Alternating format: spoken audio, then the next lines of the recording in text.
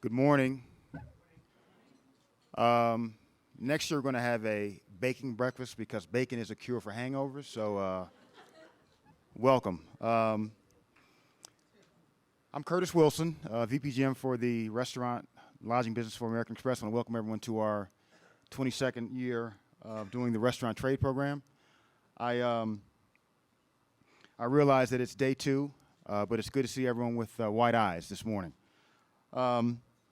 As an advocate and a business partner for the restaurant industry, we're proud to celebrate 20 years of successful programs to shape the world of hospitality, and we're thrilled to see that this program gets better each and every year. As always, I'd like to thank the panelists for sharing their insights and best practices, the Hotel Jerome staff for accommodating us so well over the last few years, and especially this weekend. I'd be remiss if I didn't thank my American Express team. So everyone from American Express that is here, please stand up. Please stand up.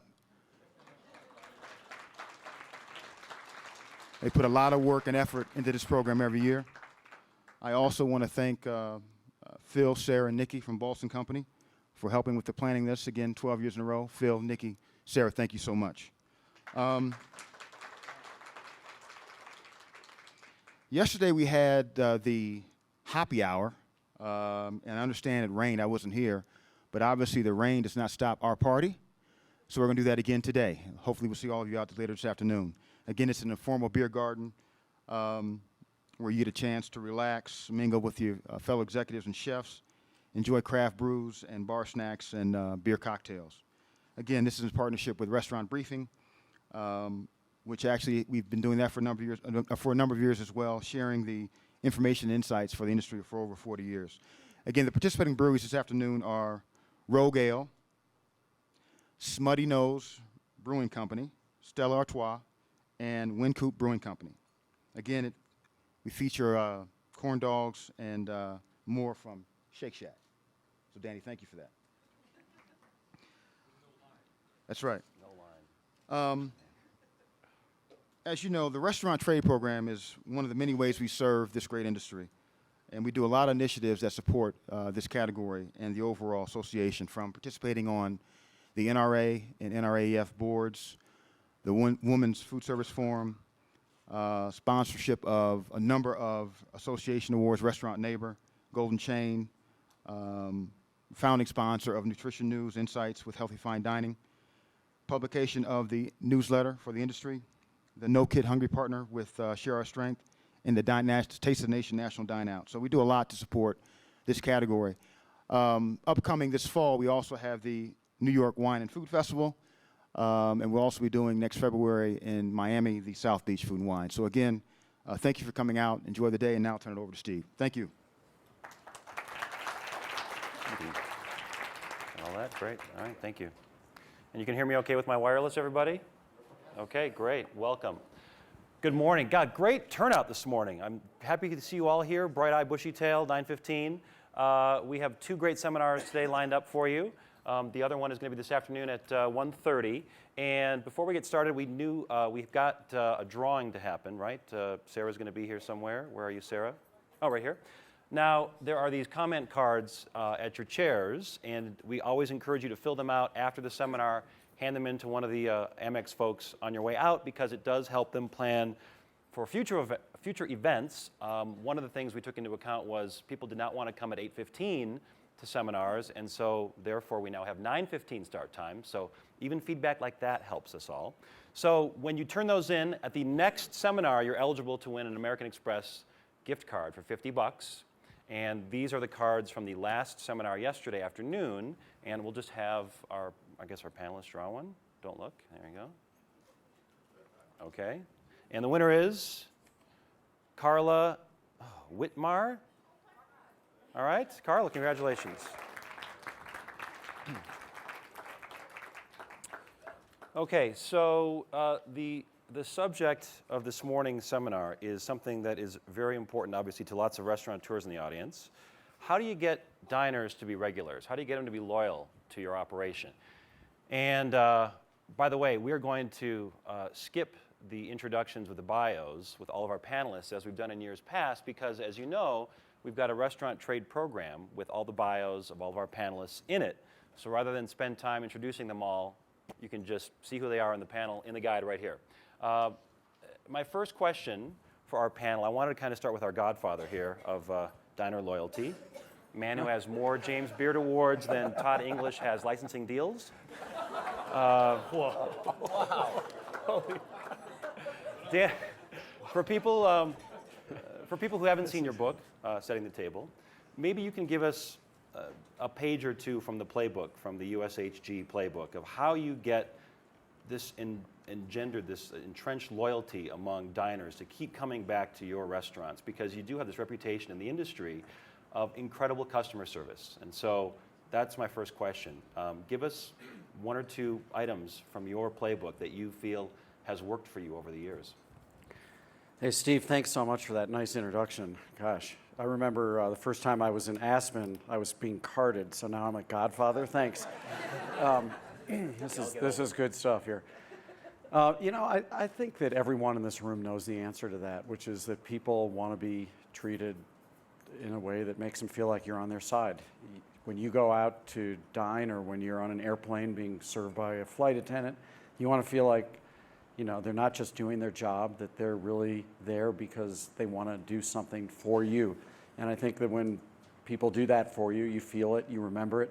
I don't think you ever forget how someone makes you feel.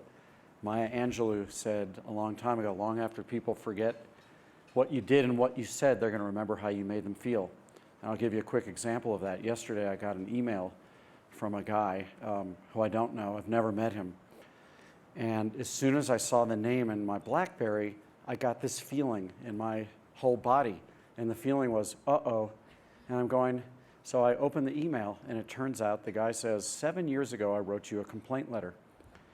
And now I'm writing to tell you what a remarkable dining experience I had. And you must have taken my advice 7 years ago. Now, the reason I'm telling you that story is twofold. I never forgot how that guy made me feel. The two names, his first name and his last name, I've never met him. It's stuck in me. And I presume that if we do something bad to someone in one of our restaurants, they remember how we made them feel in the same way. But why did he write back, and why did he stay loyal 7 years later? Why did he bother coming back?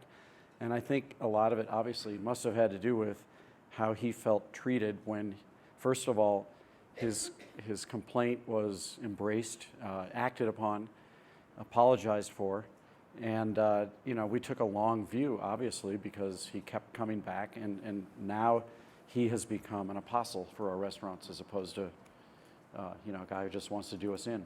Do you have, the three of you have similar instances where you really had a customer had a bad experience and you really had to sort of regroup and figure out, okay, how do we win this person back, or just how do we regroup and make sure it doesn't happen again? Sorry. Go ahead. I was going to say that I think at the end of the day, it's about creating guests for life, and in order to do that, you have to take each experience, one guest at a time, and you have to really consider what it's going to take to have them come back. And if, as our godfather says, and we all agree, Don Julio says, that you have to listen to what that guest says, whether it's positive or negative, and do whatever it takes to make sure that you earn their trust and want them to come back as a guest.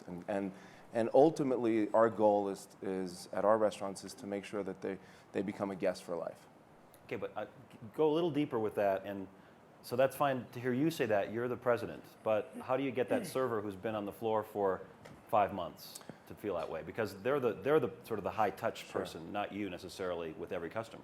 Well, I think for us, the original Rosa Mexicano is going on about 28 years, and we had a following, and you had servers who've been there for years and years and years, and as we grow, we'll be 14 by the end of this year, and you have turnover, and that server who's been on the floor for 5 months, you want to make sure that your messaging is always the same. And I find that the larger we get, the simpler the message. It's to create a guest for life.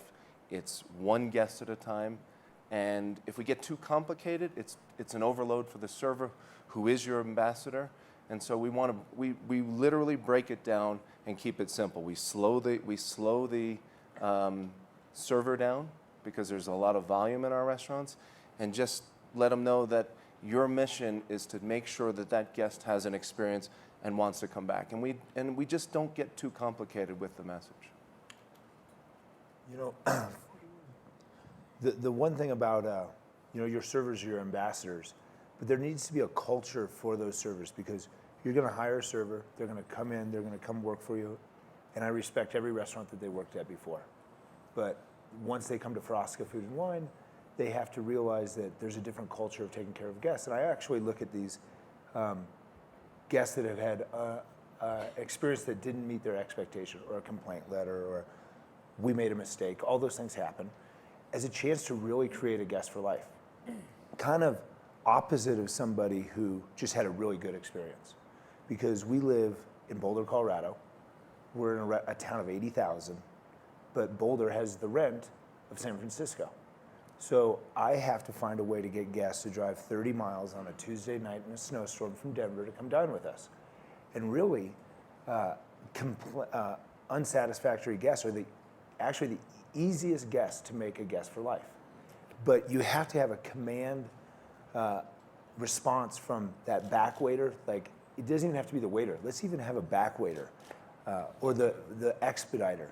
They're in every section, and they need to be trained to be looking at the faces of that guest, feeling the body language, and looking at the whole energy of that guest. And they need to go then to the server. The server goes to me, or if I'm out of town, who's not me, or whoever's in charge of the dining room that night, and find out what's going on with that guest and be empathetic. And that's the next step, is the empathy. And sometimes we get that wrong a lot. We want to say, oh, I'm going to sympathize with them. No, it's empathizing. Because we don't know what happened, but they're not having a good time. Is that and kind we've of got to turn around. Sorry, go ahead. And then you can turn around, and then you can have a guest that's an apostle, that is like so passionate about you because you took a bad experience. You learned how to say you were sorry. You learned to listen. I mean, listening is a skill in the hospitality industry that's really underrated. Also, there's a lot of pressure on someone like you. I mean, when you were at the French Laundry, that's a destination restaurant. You're also in Boulder, like you say, it's a destination. People are driving. They're not just walking down the street normally to have dinner. So they are coming with high expectations. Oh, we've heard about this place, the chef, the somm, it's this great little gem in Boulder. And so they are coming in with, I guess, higher expectations than just, I'm going to have dinner on a Tuesday night, right? Exactly. I mean, you need to, but even if you're a coffee shop, people come in with different feelings every day. And to have a guest for life, it's a commitment that you do every day. So even if I was at the French Laundry, where they used to joke and call me the relief pitcher, like if we had I was the wine director there, so my job set wasn't like coddling a guest that was having a bad experience, but they're like, okay, here we go. This guy's made it easy. Like, Bobby, can you go in there? You're like a Labrador retriever, just like lick it up, And I was like, oh, okay, what's wrong, But I mean, it has to be a culture, and then you have to work on that culture every day, and you have to use the mistakes you make every day, and the good things you do every day. So you talk about it the next day, so you get better, because you're going to work on it every day. I was listening to a panelist yesterday about biodynamic winemaking, and he was very passionate. He said how he took from October until March off, and I was like, wow, could you imagine if I didn't do pre-service from October till March and I was a biodynamic restaurateur? That'd be crazy. But it has to be every day working on that culture of taking care of people. Chris, do you have similar issues? Yeah, I mean, there's always things that happen in the restaurant that are consistently making it interesting, I would say. I mean, we have a perception issue at Encanto. A lot of our guests come in, and whether it's because they came for seeing us on Chef's First City, but then you have the hardcore offal diner that comes, and then the other person that comes with them, that the perception is, this is all this guy's going to serve. All he serves is innards. And I have to kind of break down that fear for the guest. Whether it's I come to the table and explain things. Do they expect to see you, by the way, when they come in? I'm pretty much in the restaurant 6 nights a week, and I'll be the first person to walk to a table and eat crow if something's wrong. And it's a really interesting dynamic. We're known as a meat restaurant, but we're majority vegetable based. So what we see is guests come in, their instant reaction is, oh, I didn't know this was going to be like this. And they see, a tripe dish here or cuts of meat they don't recognize. And it's about coming out and having, whether it's your service staff or we actually have cooks work the dining room floor. Every single evening shift, we have one cook on the floor. They are a back waiter, they are a busser, they are an expediter. And the reason we put them there was to alleviate some of that pressure on the guest and also for the server at hand. So questions can be expertly answered for that guest. How is that prepared? What is this? Does this have, am I going to be comfortable with that? So it's giving them the opportunity to have a great experience from the get-go. What if, and this has happened to me several times, server or the busser sees a plate maybe not even half eaten. A lot of times, like if I'm in a restaurant and I'm waiting for the server to come back to give them my feedback about the dish, I didn't care for it, this is why, it's just removed by a runner. And I didn't have that chance to sort of have that interaction with the server. They come back at the end of the meal, how was everything? Well, by then it's kind of too late. So what do you do if you have someone and I wasn't expecting necks or trotters to taste like this? What do you do then? Well, that's actually a really great question because that's something that we talk about every day in the beginning of pre-meal, just like you do, Bob. And I'm sure everyone here in this room hopefully does pre-meal at their restaurant. I think the expectation of the guest is to come and have a great experience, whether it's having pig's trotters or it's having a green bean salad. And I think recognizing a problem before it becomes a problem is really key. I've read Danny's book. I really think there's so many things there that I've learned while working in a kitchen that has helped me better my staff. And we look at that every moment. I can see pretty much every table in my dining room. So my eyes are always scanning what's going on. I can see body language. And the cooks that work on the floor, that's pretty much, they're my eyes, extra set of eyes and ears. And they're always doing loops. And I'm like, table 51 doesn't look happy, swing by. What's going on? And they'll see that there is something wrong. They'll ask them, and this wasn't for me, what can we get you? And we just address it immediately. Right. I'd rather address a problem right at that moment than have to deal with an angry letter or a nasty post that somebody does anonymously later. You can correct it before they leave, and that's our goal. I mean, I just want somebody to have a good time. Great segue to my next question about social media, posting. We can talk about Yelp, we could talk about Facebook and Twitter. There are so many ways now that people can interact with the restaurateur. You're probably at the forefront of it. You got, 30,000 followers now or something like crazy on Twitter? 80 plus. 80 plus, wow. So how does, maybe you can each talk about social media a little bit. How does that work? Because you're all sort of in techie areas where people interact that way electronically now. And how does that affect, just your interaction with the guest? I think for me, Twitter has given me direct access to a lot of our guests. I see instant reaction from it. Recently, I just did I'll use an example, I did a molasses cured Arctic char, put it out on Twitter. I had 5 guests come in that evening specifically for that, showed me the picture on their phone. Talked to me about it. They thought it was really interesting that I took a different technique. So, but I also answer questions from guests. I have a woman who comes to the restaurant, she's 27 years old. She had kidney failure, both kidneys, and she sends me a message on Twitter and says, "Chef, I'd like to come in on Friday night. Can you do me a no-sodium meal?"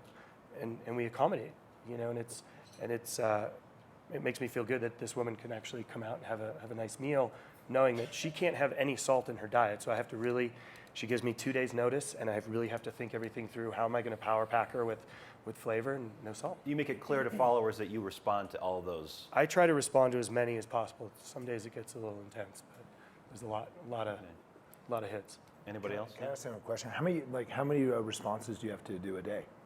It depends on how much I'm out there a day. So if I don't tweet at all, I'm totally in the weeds, and I just don't, and then I don't get any responses. But if I've got a good flow in the day, I'll usually hit out anywhere between 8 to 15 pictures of new dishes, what's going on, what's coming up, and the responses are pretty quick. Anywhere between, after I start really filtering them out, anywhere between 15 to 20 a day. And what causes you to filter something out? Not applicable to respond to, or? If somebody's crude, I don't bother. If they're inappropriate, I don't bother. But if it's honest, genuine questions about how do I cook something, or where did you purchase that, I'm going to cook, I just got one this morning, I'm going to cook bone marrow for my grandfather. He hasn't had it since he was a kid. Any recipes? So then I'll take that and I'll link it to my website that has a recipe to cook bone marrow, and I send it to him. Or a woman says the other day, my grandmother's 90, she's really asking for blood sausage. Can you let me know when it's coming in, available? And then on the flip side, you get customers coming in saying, hey, chef, I'm at Offal Fan, or I'm at Jenny. We've interacted. Well, that's actually really funny. My wife is at Meat Maven, and she runs Bocalone, our Salumeria, and I think she gets it more than I do, because they come to the store and they're like, oh, you're Meat Maven. I mean, some people I know who they are, but I don't get it as much as How about she you, does. Danny? How about? Well, I'm just kind of learning about Twitter. I've been doing it for the last 3 months or so, and having sort of a good time with it. I did an experiment right before the Preakness. I sent out a tweet that said, if Shackelford wins the Preakness, there will be a free cup of custard for anyone at Shake Shack thereafter.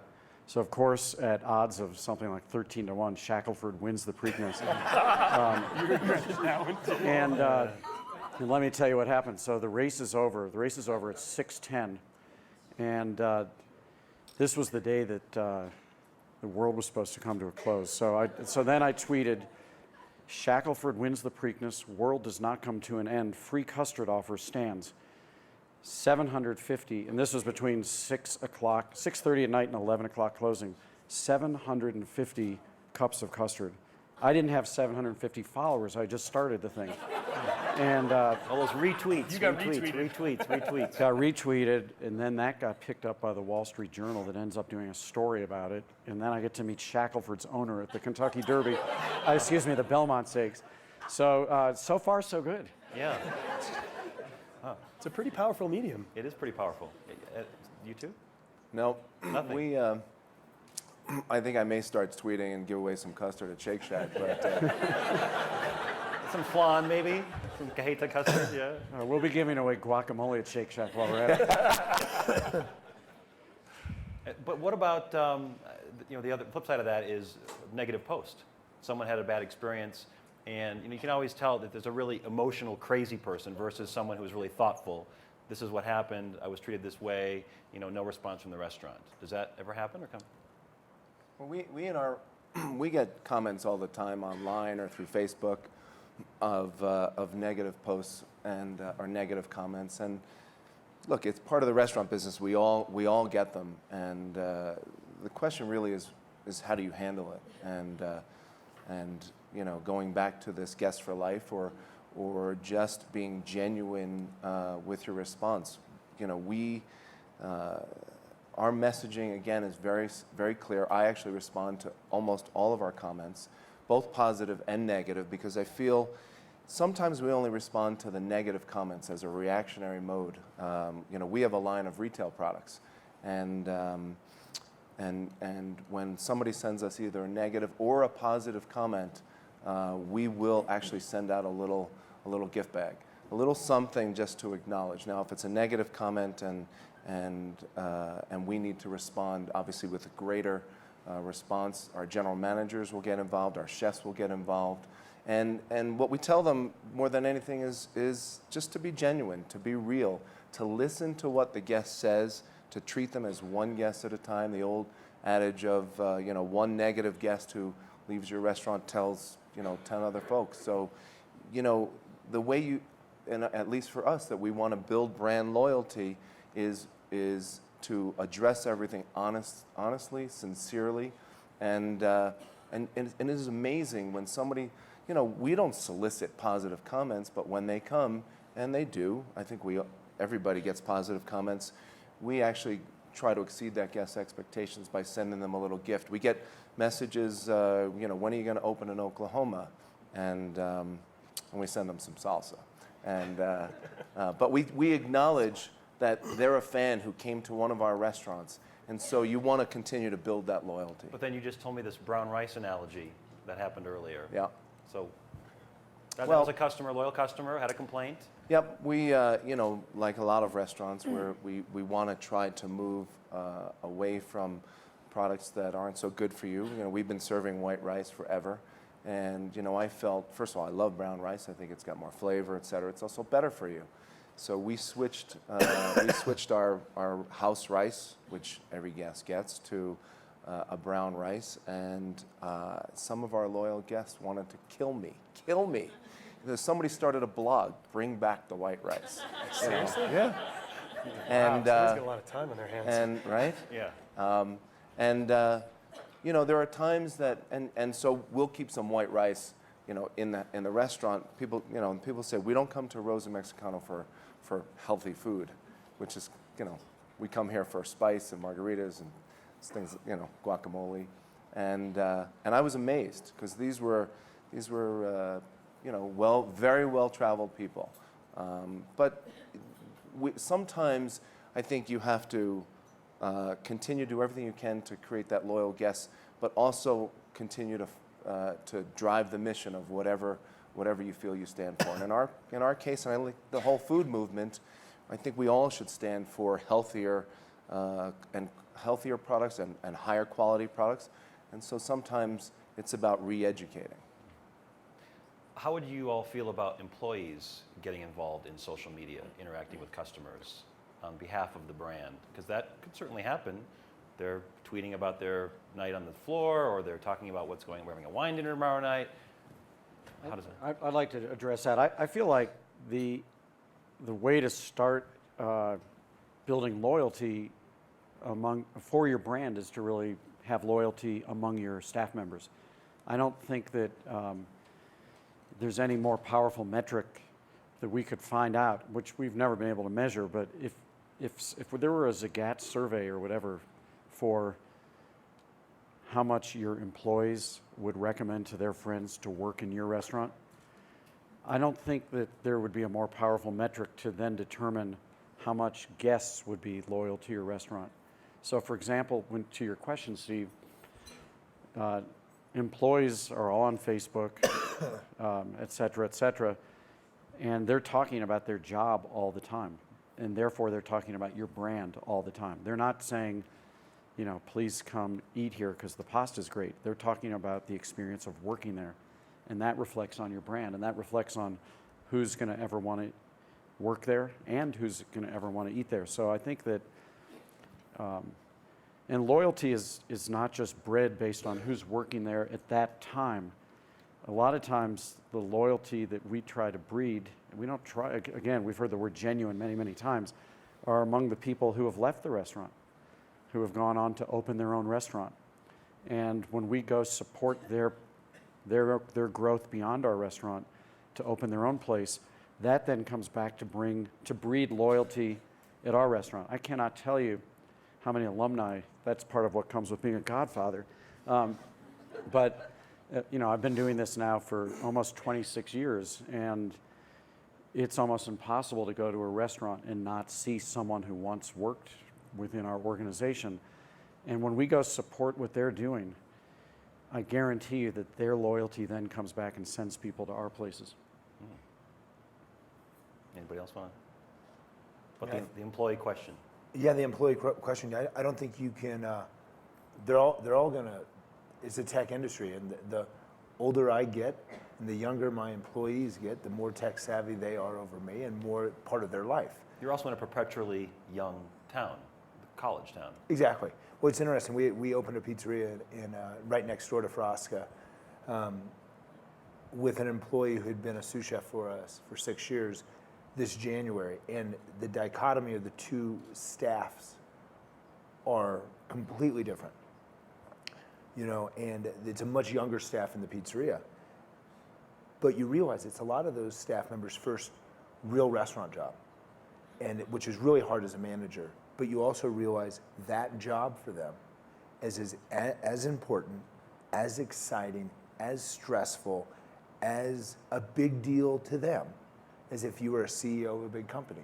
So if they're going to tweet, be on Facebook, talk to their friends after work having a beer wherever they go,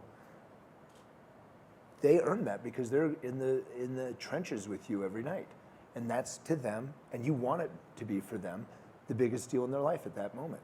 Because you'd much rather have employees that are so passionate about what they're doing, even working in a Napolitana pizzeria, than what we all know in the restaurant business is where, the restaurant business is hypothetically filled with people that if you interviewed them, 30% of them, even though they're working in the restaurant business, that's not their job. Their job is being an actor, a screenwriter, pro mountain biker, or whatever.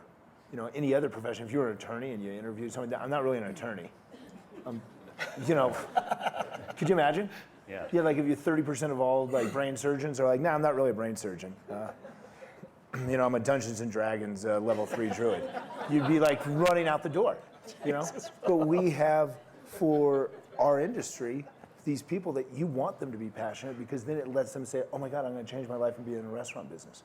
So you're going to let them tweet, and you're going to let them do that. And Chris, I'm guessing your requirement for your employees would be they have to do a hashtag Encanto, hashtag Boccolone if they tweet anything.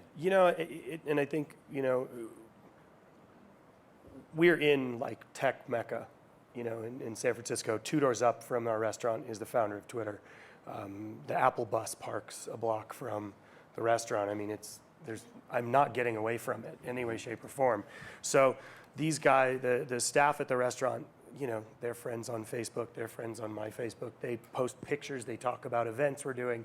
It's part of the culture, and I think, Bob put it really well. They're a lot younger than us, and they're going to continue to get younger as we get older. And I feel very fortunate to have a crew that 100% believes in what we're doing, and you can see that in what they say every day. They just feed it out there, whether it's taking pictures of food or taking pictures of each other cooking in the restaurant or on the dining room floor, talking about what's going on for the evening. They're excited. And if they're excited, you can't beat that. That's a really important thing. Yeah, I mean, Danielle said it yesterday that in his restaurants he has lots of family members that work together. And whether you can get away with that or not in all restaurants, the sense of family that works in the restaurant takes pride in what they do, and it doesn't matter if it's one. At the end of the day, for us, whether it's one restaurant or 15 restaurants, each restaurant is a mom and pop business. It's a small individual business that needs to be, it may be have the same name, but they have to stick together, and so it's a family. Those people are your brand ambassadors. They are the people that, there's one Howard Greenstone, there's one Chris or one Danny, but there are, in the Godfather's organization, I'm sure there are thousands of people, and they are the brand ambassadors for each one of our organizations, and you have to acknowledge that, and you have to treat them as such, and welcome them, and then I think they have a voice, whether it's online or however, they are out there. Whether they're still in your family, as Danny said, or they're not, they're still connected. I want to ask you all about loyalty programs, whether they're widely known or not publicized or inside information. One example is a place in Chicago called Gene and Giorgetti, which is the oldest steakhouse in Chicago. They've got kind of a standing policy that the insiders know about for regulars. So they always leave 3 tables right in the front in the bar open for regulars if they happen to come in that night as a walk-in, and you could just come in off the street if you were not a regular obviously, but if you came off the street, they'd make you wait in the bar all night for a table, leaving those 2 tables or 3 tables open for the regulars. That's their 62-year-old policy. Any of you, I know you've got a loyalty program sort of like that for regulars at Frasca. Do any of you have something like that so that the regulars are rewarded? Well, I would never Not have a do table, that. Right. wait for someone who lives in the neighborhood. But Right. I mean, one of the we opened a restaurant 7 years ago, and one of the hardest myths that I've ever, I don't even know how this myth started, but they always say, they're booked 2 months out. I'm like, really? I work here. As a matter of fact, I'm the guy who runs the book here, and I'm dying for guests to come in here. And so yes, we take reservations 2 months to the calendar day. And when I moved to Boulder to open the restaurant, no restaurant took reservations. So I moved to a city that is the most highly educated city in North America, which probably means in the world, for postgraduate degrees. That's a fact. Boulder has the most postgraduate degrees. So the highest educated city in America with the lowest understanding or education of reservations. I mean, just like anything. Like if you go to Chicago, that's a town that's like really, they understand sports. You should teach a class at the university. On reservations. But that's just part of the culture there. If you never had a restaurant that took reservations, so it was really hard for us, and it's still hard. So, I mean, we talk about it every day with people who pick up the phone. Like, look, Boulder doesn't, that's not their specialty, reservations. Like, it's not derogatory at all, please. It's like really a fact. It's like every city has something that you know better. Like New York is a very hypersensitive community for the arts. Maybe if you go to another city, it might not be the most sophisticated city for the arts. It's not derogatory, that's just what that culture's into. But you call a hot restaurant in any city, like you call a Girl and the Goat in Chicago, they'll tell you we got 5 o'clock and 9:30 available. That's typically the case in a hot restaurant. So, and what do you do? What do we do? How do you reward the regular? Thing, first of all, we're in 19, 20 table restaurant. We need to do 2 seatings. I mean, we book the room, and we also give a 2-top. We're estimating 2 hours and 15 minutes to 2.5 hours for a 2-top to have dinner with us. So obviously, we can't seat someone at 7 in Boulder, right? My mom had her 60th birthday a few years ago. She did not sit at 7. And it just, how do you let people know we can accommodate you? Well, first of all, you want to say yes while directing them to where you're going. So one thing is we always have tables open for walk-ins. And the first thing we let them know is, oh, you like dining at 7? Here's a great way to dine at 7. And we say, usually the walk-in tables get seated around 5:30 or 6. Usually walk-in tables, what we've seen, they dine a little quicker than someone who's made a reservation and drove up from Denver. So really, come in at 7 and 7:30, have a glass of wine. We'd probably be able to get you seated at one of the walk-in tables. How many tables do you hold today? Always religiously 2, which would be 10%. 10% of the room. But many nights, if it works out, when our private dining room's not booked, which is right on the cusp of the dining room, we can have 6, and it works out great. And now there's some guests who really understand it. But I tell you, we have to work on it every day. But every time a guest understands it, then they tell their friend, oh no. Like I'll be in my wife and I were in coffee last week and we were listening to 2 people in front of them. They didn't know who we were and they're like, oh, that restaurant, you can't get in there. And this one lady's like, no, they have walk-in tables. It works out great. I dined there at 7:30 on Friday night. And she's like, no, you didn't. And she's like, yes. We went in and had a glass of wine, and this lady, Danette, seated us. She looked like Snow White and seated us right at 7:30. And Danette's like, I'm going to be outside right now. I'm out of here. You bought their coffee, right? Oh, yeah. I think that there's 2 sides to the question of regulars. First of all, the more of them you can get, the better, because that means that you have fewer seats you have to fill with people who have never been there before. But on the other hand, the only way you get a regular is if you get a constant influx of first-timers and second-timers. So one of the things that we really try to focus on is we look at the game of creating regulars almost as if it's the U.S. Open tennis tournament. And a regular means, when you have a regular for life, it's like you won the tournament. But how do you get there? If you lose the first round, you're out. If you lose the second round, you're out. If you lose the third round, you're out. So we actually take a really good look at the first round. We think that that's the most important. If you lose that, not only did you lose the opportunity to gain a regular, but someone who has what we call a foul experience, which is first and last, and that's about the worst thing that can happen in the restaurant business, is out there telling people that it's not worth going back. And so it's a really, really crucial round to win. And so one of the things that we really focus on is the first-time guest. We definitely use Open Table to figure that out. I didn't used to know the only way I used to know if somebody was a first-time guest was if they asked where the bathroom was, okay? Everyone knows where the bathroom is after they've been there once. I mean, 90% of people use the bathroom while they're there-ish. And so now what we really do is, of course, we focus on our tables, which are regular tables, and we want to see that grow. I'll be as candid as I can. In the same way that theaters have house seats, I think anyone in this room who's in the restaurant business would be disingenuous if they did not say that they have regular tables, just like a theater has house seats. And as far as I'm concerned, the more of those that you can build over time, the better, because if 90% or 80% of our lunch at Union Square Cafe are people who eat there every single week or twice or 3 times a week, think about how much easier our job is around the edges, like 12 o'clock and 1:30. But again, the biggest way to grow the regulars is to win those early rounds. And so that's where the real focus has to be. Provided, as Danny said, that you can create a regular guest.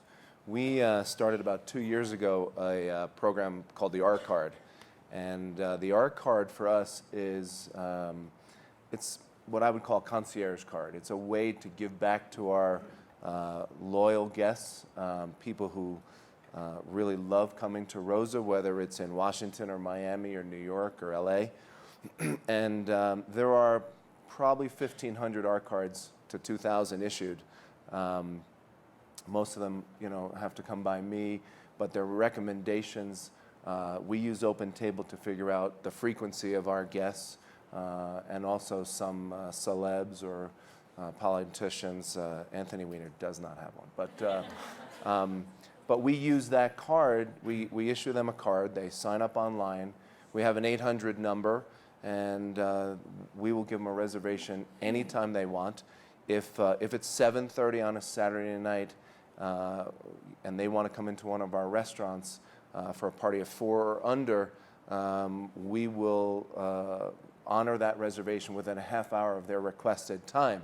And as we're hearing about house seats, it always reminds me of that story. When you call a restaurant and they say they're sold out, and somebody says, well, it's the President of the United States, would you have a table? Yeah, we have a table for him. Well, then you'll have a table for me. So, I think that you always have to accommodate that regular guest. That regular guest assumes you're going to have that table. We also use the R Card to provide extra givebacks. We do cooking demos and tequila tastings, and so they'll always be invited complimentary or first in, and it's a way we don't want to do anything from a monetary standpoint, because that's not the value I think that a regular guest is looking for. A regular guest is looking just to be acknowledged and in essence have some status, and so there's some integrity to that program. I'm just curious, how much advance would they have to give you for that 7:30 Saturday night reservation? Could they call at 5? If you call, you can call at 7, and if you want to come in at 7:30 for a party of 4, we are obligated. The sort of the parameters that we've given to the GMs is, and the staff is, within a half hour of that 7:30 time. So, and that's sort of the beauty of it is, we can do that because we have 60, 70 tables in most of our restaurants, and like everybody else here, we only take about 60% reservations, and we encourage guests to walk in because we that's the type of restaurants we are. And there's always guests that are late and tables that cancel last minute. So, if you're conscientious with your book, you can always get a party in. You mentioned Open Table. I wanted to ask you all about that because that's a sort of a storehouse for information. There's a database there. And one of the things the Four Seasons does really well is they know what wine you like, when you like turn-down service, what kind of chocolate you eat. How important is that, and how does Open Table work for folks, and what do you think about that? Because it does store data. You're on the board, aren't you? I am. Okay. Well, I mean, everything we're talking about today, whether it's social media or Open Table, is really just using technology to do what we have been doing or should have been doing for many, many years. So, for example, social media is basically just putting a huge megaphone with, on steroids on word of mouth, which human beings have been doing since the beginning of time. How did you like something? It was great. How did you like something? It wasn't great. People have been doing that forever. The difference is that now people can do it anonymously and they can do it broadly. And so the human nature hasn't changed whatsoever. As far as a database is concerned, I remember 25 years ago when we first opened Union Square Cafe, I had learned this trick from the Algonquin Hotel in New York City, which I thought was amazing back then, which is they kept 5x7 note cards on all of their regular guests who stayed at the Algonquin, who likes what kind of pillow, what kind of newspaper. They were doing that stuff way back then. We were doing that at Union Square Cafe way back then. The reason I got excited about Open Table, as a matter of fact, I actually incorporated a company called Maitre d' Inc. in, I think it was something like 1991. I had never heard of the internet, and it was not going to be an internet-based system. It was not even going to be, it was just going to be an electronic database. It was going to be us answering the telephone, and instead of writing down someone's name, it was going to be typing it in so that we could remember what table they sat on, when their anniversary was, what their allergies were, who their favorite waiter or waitress was, what dish they hated last time, loved, etc. And I never did it. We spent something like $750 incorporating this company. We had a marketing guy and a computer guy and me, and it was literally several years later. There were about 6 or 7 companies that started to get the idea that, hey, the internet could actually be a really good way to do 2 things: to create a database for restaurateurs so they can know more about customizing hospitality for their guests. It could be a great opportunity for guests who want to make reservations when they want to make them, not based on our office hours, not based on what time zone they're in, but and it would also be a great tool for people who did not want to pick up the phone to get a busy signal only to find out that you're booked, but rather to be able to scan a whole bunch of restaurants at the same time and to answer 2 questions. Where should we eat tonight, and where can we eat tonight? Which, back in those days, all you had was the Zagat survey, which told you, let's thumb through this and decide where we should eat, but it couldn't tell you where we can eat. So from our standpoint, it's been a great opportunity to both create a database for us, which, by the way, you can have a database, and if you don't have human beings who actually enjoy using that for the benefit of your guests, it's a complete waste of time and money. It's like a sommelier. You could certainly make a case, why is it worth my while to pay extra money to have a sommelier in my restaurant? How do I justify that cost? I've got the wines on the list anyway. Who needs to have somebody walking around? Well, some restaurants made the decision that it's really worthwhile to have a sommelier, and some restaurants didn't. One's not right, one's not wrong. But I think that if you have the kind of restaurant that really enjoys connecting dots, and you can collect all these dots of information on people, it's a great tool. But even more importantly for us, I think it's a great tool for consumers. I fought it in my company. I'll be real quick on this, but it was 3 years, believe it or not, even having come up with this this notion of having Maitre d' Inc. Maitre d' Inc. was not going to have any kind of internet opportunity to make reservations. It was just going to be the phone. I did not want to give up a benefit that I thought that we had, which is I think we've got some of the best reservationists in the world. And why should I want to pay more money now?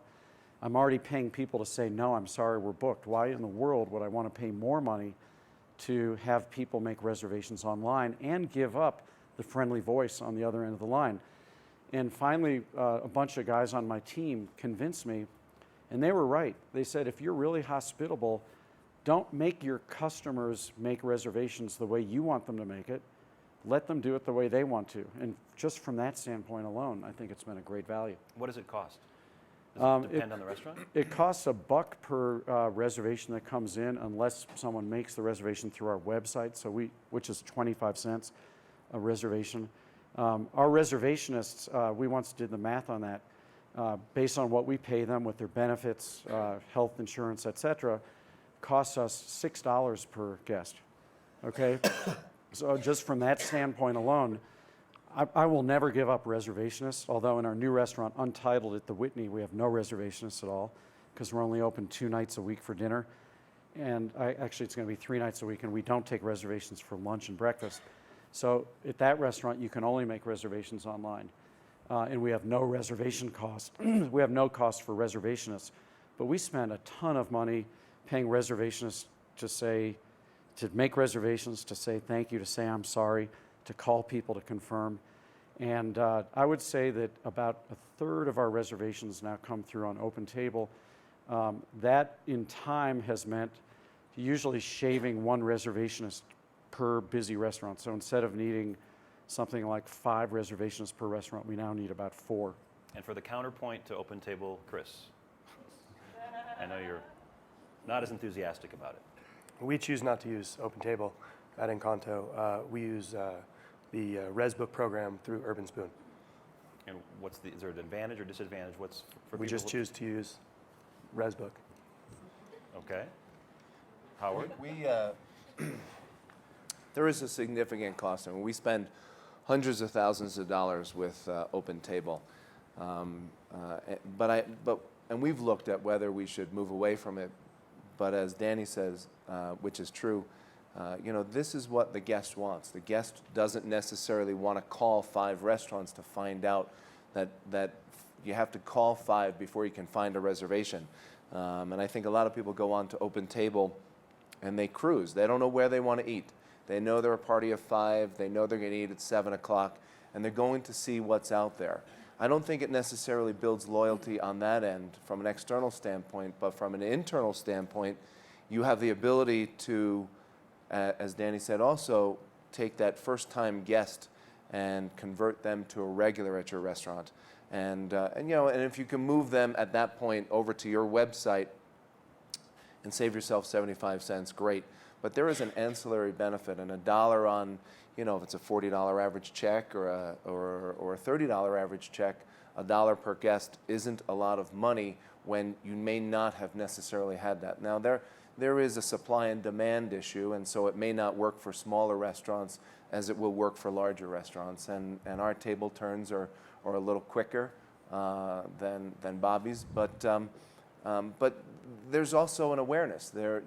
OpenTable is an advertising vehicle as well because your name is out there. Your name, we're in 8 cities, and so we're obviously on 8 additional websites. And every time somebody cruises for a reservation on OpenTable, they may or may not choose Rosa Mexicano, but they are still seeing that name. And so, when you look at all the costs associated with it, I think not for everybody, and certainly understandable for Chris, but it is a great tool to use. And then again, when they come in the restaurants, you have the ability to sort of customize the experience. So Mr. Jones likes table 301, and they like so-and-so. And so you try to accommodate that guest because that's that comfort point, that trust, and your ability to sort of customize that experience, which, again, not to sound corny, but it's that one guest approach when you're serving 600 guests on a nightly basis.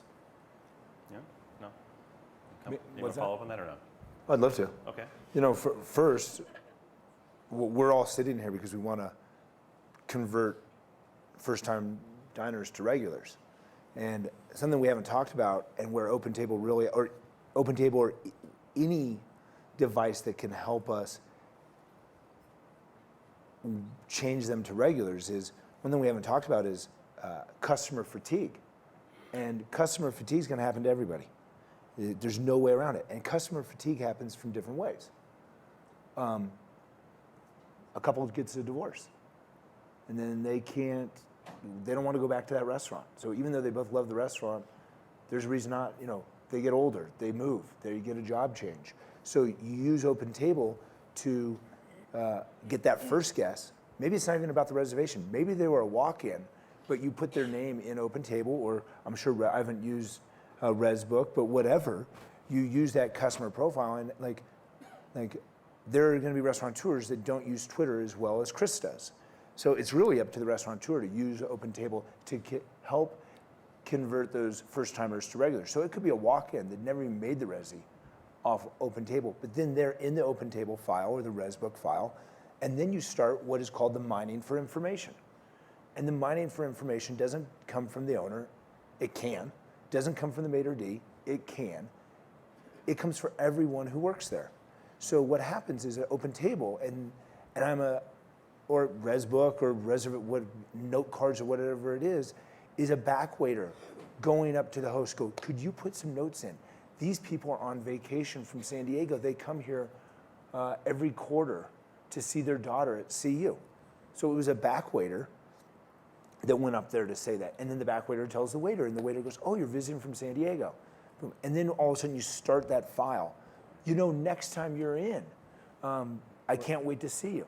And then all of a sudden you start that trying to make them become a regular, because like if a barista at Starbucks, and there's a lot more Starbucks than there is Frasca, can make you remember, oh, like after a couple times you have a coffee at a Starbucks, if you're staying in a hotel, they go, oh yeah, you have a cappuccino, it makes your life easier and you feel better. That's what the restaurant business is about, is that hospitality. We all have Thanksgiving dinner, right? We all have Thanksgiving dinner in America, and we all have that crazy aunt who comes, right? I mean, or crazy uncle or whatever. You want to know when crazy Aunt Grace is coming so you can prepare and make crazy Aunt Grace feel as good as possible in your house for Thanksgiving. You're not going to make crazy Aunt Grace feel bad. You want to make her feel great. But then you've got your favorite aunt coming, and you want to make her feel great too, and they're sitting right next to each other. You know, and OpenTable lets you make every night Thanksgiving night where everyone feels really good in your home, or OpenTable or whatever. Howard. Crazy Grace is my girlfriend, right? But anyway,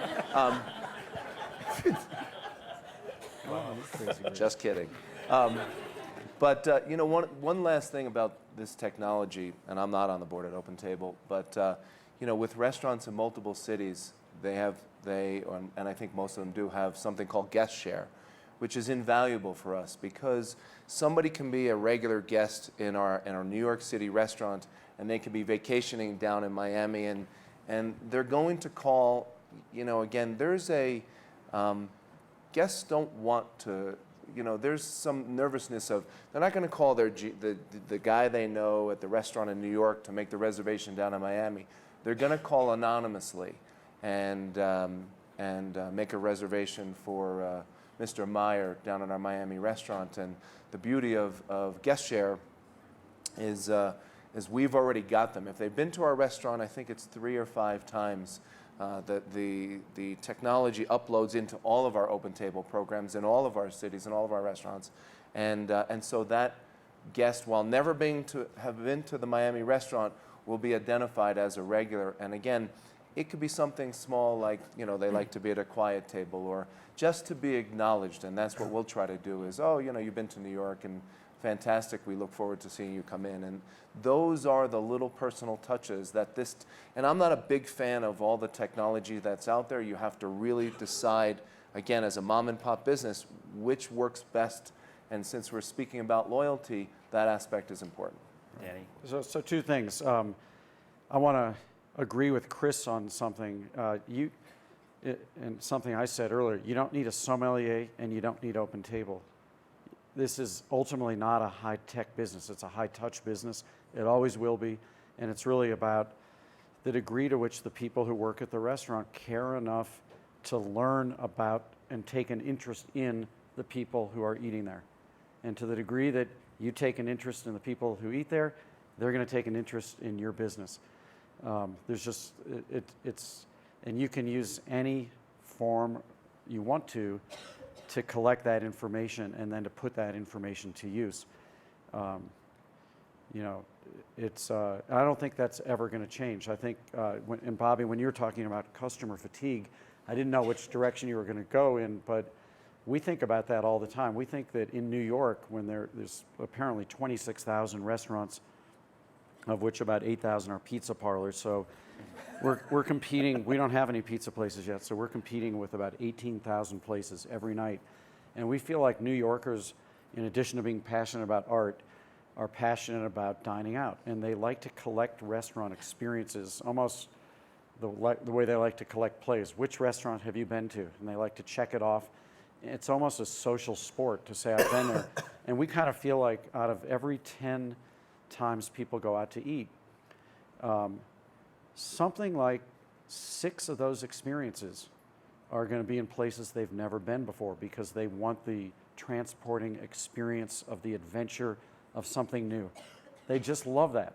And so you can't compete for those 6 unless you're a new restaurant or unless you've never had that guest at your restaurant before. So what we're really, really trying to do is of the 4 of those 10 experiences that are remaining, how can we increase our batting average to get on the list of the places that you actually return to among the 10 that you kind of go out to something new. And that's any opportunity we can, any advantage we can gain. Open table's just a tool.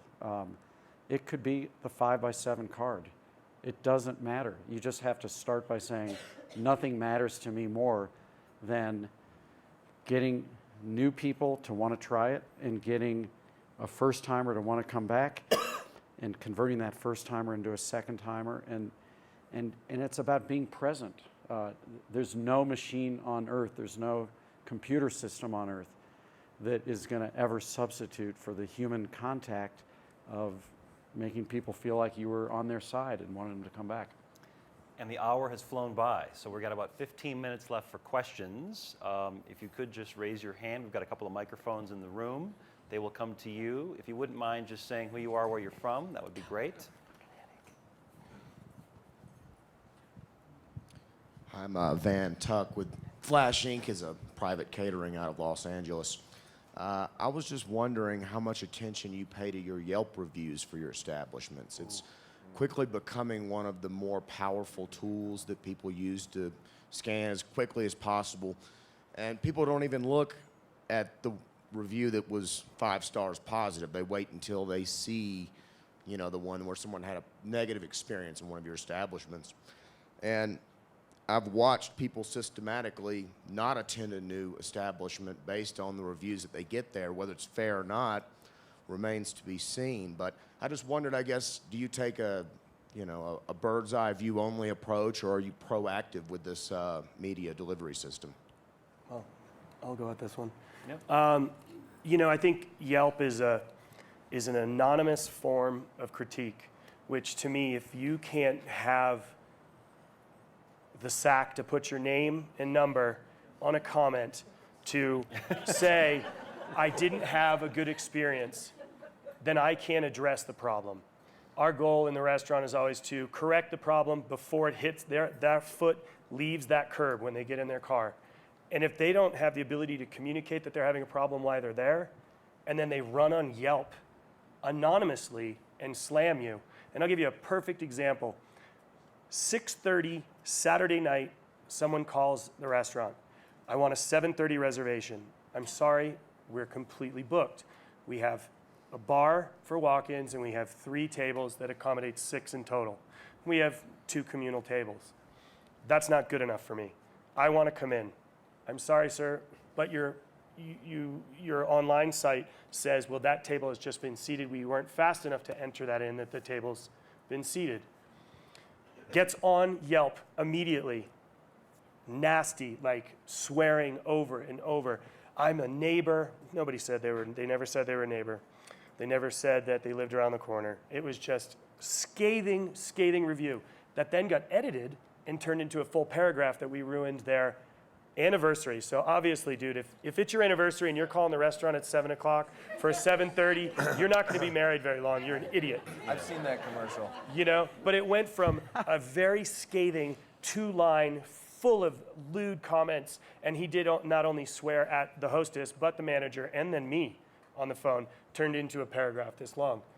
I take them like a grain of salt. Yeah. I think if you see a repetitive problem on Yelp saying, I had this dish and it was salty, or if I had this dish and it was oily, then I'm going to address that more than 3 is a continuous problem. Individuals going on and just going, and you can see, you look at their past, and I've kind of come to a point where I just don't bother anymore. I let them format it. It's too much. I think one thing about all of the media and the comments that you get, I think you can get obsessed with everything that's said. I think you have to look for patterns because you care about the experience that you're providing to the guest. If you try to respond to every last little comment, and as Chris says, you have no idea what motivated that comment. There's two things that happen. I think one, you take away from what you should be doing, which is concentrating on the quality of the experience you're trying to give on a daily basis. And secondly, I think, as owners and whatever we are with leaders of our businesses, you start to undermine your staff and the people who really work hard to take care of that guest, because we don't have the full story. And so you have to be very careful, I think, of blindly supporting. It's a fine balance, but you have to be very careful of reacting and thinking that the guest is right and your staff is wrong, or vice versa. So you can't be obsessive about it. And at the end of the day, I think the messaging for us is just to make sure that we go back and take care of the guest as best we can. Better today, better tomorrow than we did today. Okay, another question? Up here? Red Guys, jacket. Curtis Wilson with American Express. Here's the question, since I got you here now in a captive audience. You've talked about loyalty. You talked about repeat customers. You talked about how you go about bringing those customers back in. Are you looking more now at data, transactional data, buying outside or inside information to really see who's your top 20, who's repeat, who's a win or loss customer, and marketing those folks based upon transactional information? I use American Express all the time. I actually had a meeting yesterday to use that information. I heard about that, and Howard. it's amazing because you guys are giving it all to me for free. Suck up. Anybody? No? Okay. Hi, Rob Ittner, Rustique Bistro here in Aspen. Is there any way that you guys have found effective to getting people that are loyal customers, getting more of them posting on Yelp, more of them posting on Facebook? I mean, we often tell our customers when they leave, because we have a lot of tourist customers here in Aspen, someone says, this is the best meal we've had in a long time. I tell them when they're walking out the door, tell your concierge, tell your friends, send people our way. Is there any way to get some of them to post on Yelp in a good way? I know, Danny, you're legendary for being high in the Zagat's ratings for being the top restaurants in New York. How do you get those people to write into Zagat's? So, well, I was hoping you were going to ask me to answer that question. We have increasingly seen, because we get restaurant newsletters from all kinds of other people that send them our way, and it's amazing how many people ask for the Zagat vote of their guests. We've never done that, and it makes me kind of queasy when I see that. I think, as Howard was just saying, it's one guest at a time. It really is. And if your goal is that every single guest who leaves has no choice but to return and to rave about it to friends, and that's how good the experience has to be, it has to create those two outcomes, I just think it happens on its own. Nothing in the check that says, please like us on Facebook. There's an interesting, there's a restaurant in San Francisco that actually took all their negative Yelp reviews and they wear them on their shirts in front of them. And they walk around the dining room wearing them. So it's not your Delfina? Yeah. Question? Which restaurant? Delfina over here. They wear them. It's like right up front, It's awesome. Take the power back. That is pretty cool. James, I have a restaurant called Seersucker in San Diego, and you guys all have pretty busy restaurants, and I think the biggest obstacle that we face is we have a very entertainment kind of social driven restaurant, and you kind of walk that fine line with having that great experience, but our guests seem to want to really hang out for a while after they're done dining, and we do have a lot of customers who are putting their reservations in 2-3 weeks in advance, and we try to keep the pace. And I just want to know if you guys have any advice for, you never want to kind of say, here's your hat, there's the door, but we do struggle with that greatly. So You have couches in your restaurant, don't you? we do. Yeah. There you go. I'd take them out. That's a good answer. Lose the I've couches? actually been there. It's a great restaurant. Congratulations. I think we can all probably answer that. I think that there's a natural progression in dining, and your restaurant, is one of the most popular restaurants in San Diego. It's fantastic, and I think it's about education. I don't think you ever want to push the guest along, but I think that there is an internal time clock with guests as to when they feel they should go, and that is triggered, in my opinion, by the service staff and the sequence of service and the steps and if you leave the table, for instance, not to get too technical, with coffee cups and all kinds of things on it, then the guest doesn't get the sense that it's time to necessarily move on. And so seamless service and timely service, in my opinion, sort of naturally lets the guest know. But I think it's a slippery slope. I don't think you ever, want to let tell the guest it's time to go. Anybody else? Well, I mean, I think it's always going to happen. Right now, I'm jinxing myself, and when I get back on the floor Monday night, I'm going to have the trofeo of feelings where there's like 3 people there for 4 hours just letting it all go on, I mean, I'm jinxing myself right now, so I'm preparing myself. But, it's kind of also how you said, like, for us, we're a reservation, like, if our pizzeria is not reservation driven, but our Frosca is very reservation driven, and we're very lucky, people make reservations for anniversaries, special occasions. But what we do is we spend time before we get into service, getting ready for those possibilities.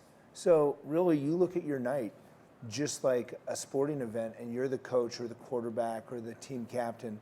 And yesterday, I was going through the reservation list with the maitre d' between my 2 seminars, kind of getting ready for service, even though I wasn't able to be at service. But pre-service is so important. And so so you sit down, the maitre d' and the host sits down, and you map out the room. And you really look at situations where you can plot your moves. And sure, you're going to get aced. You're going to get checkmated. But you can't go into a Monday night, a Friday night, a Tuesday night, any night, not prepared for what's going to happen. Because our business, doesn't matter if you're in Boulder, Colorado, New York City, or Mars, is the restaurant business. What is the restaurant business about? We don't have control. We don't have control that the guest is driving up from Denver for their 6 o'clock reservation, they get stuck in traffic and they show up at 6:30, and then all of a sudden our time bank, and we call it the piggy bank, we've lost a half hour out of our piggy bank. So what we have to do is, it starts at 2 in the afternoon with the host. Okay, we've had a couple cancellations. Let's use this table, because in open table it says, this guest is a longer turn. Let's put them over there where we just had that cancellation. When we fill that cancellation, we're going to give ourselves a little buffer room. We know that this couple, they are pretty punctual. They show up on time. They live in the neighborhood. Our quick return time we'll put here. And then as the night goes, the maitre d' and the host are working together. And the waiters have to help too. The waiters have to give a time. Hey, you know what? It took a long time for them to get settled in. Here we are. We have it like run like, even though we give it a 2-top 2 hours and 15 minutes, every minute is thought about in the afternoon. So we will say, Rose, our server, will come up and go, Bobby, I know it was a 5:45 reservation. It's 6:15. Took a while for them to understand the menu. I just got the order in. So it's 30 minutes since the order went in. And then that host is like, okay, where do I move the next move? I mean, sure, we're going to get aced, but you try to move things around in that musical chairs of the dining room so it happens as infrequently as possible. Or you do what I experienced in New York City a couple weeks ago at Sakagura, where I made the reservation, and they said you have the table for 2.5 hours. Is that okay? I said, okay, I guess that's the deal. So, but that was their philosophy. One more question. Interesting. Over here. So we've talked a lot about the internal ways to cultivate loyalty, but what about programs like Guilt City and Village Vines and things like that to kind of build your base? What are your thoughts? What we've seen so far, we've tried that on a couple occasions with special events, and it's been very, very effective, I think, at getting first-timers in. I think that we're not incredibly excited about things like Groupon ourselves. I think that somebody who tries you for the first time based on the opportunity to not pay full fare is probably someone who's less likely to become a regular when they have to pay full fare.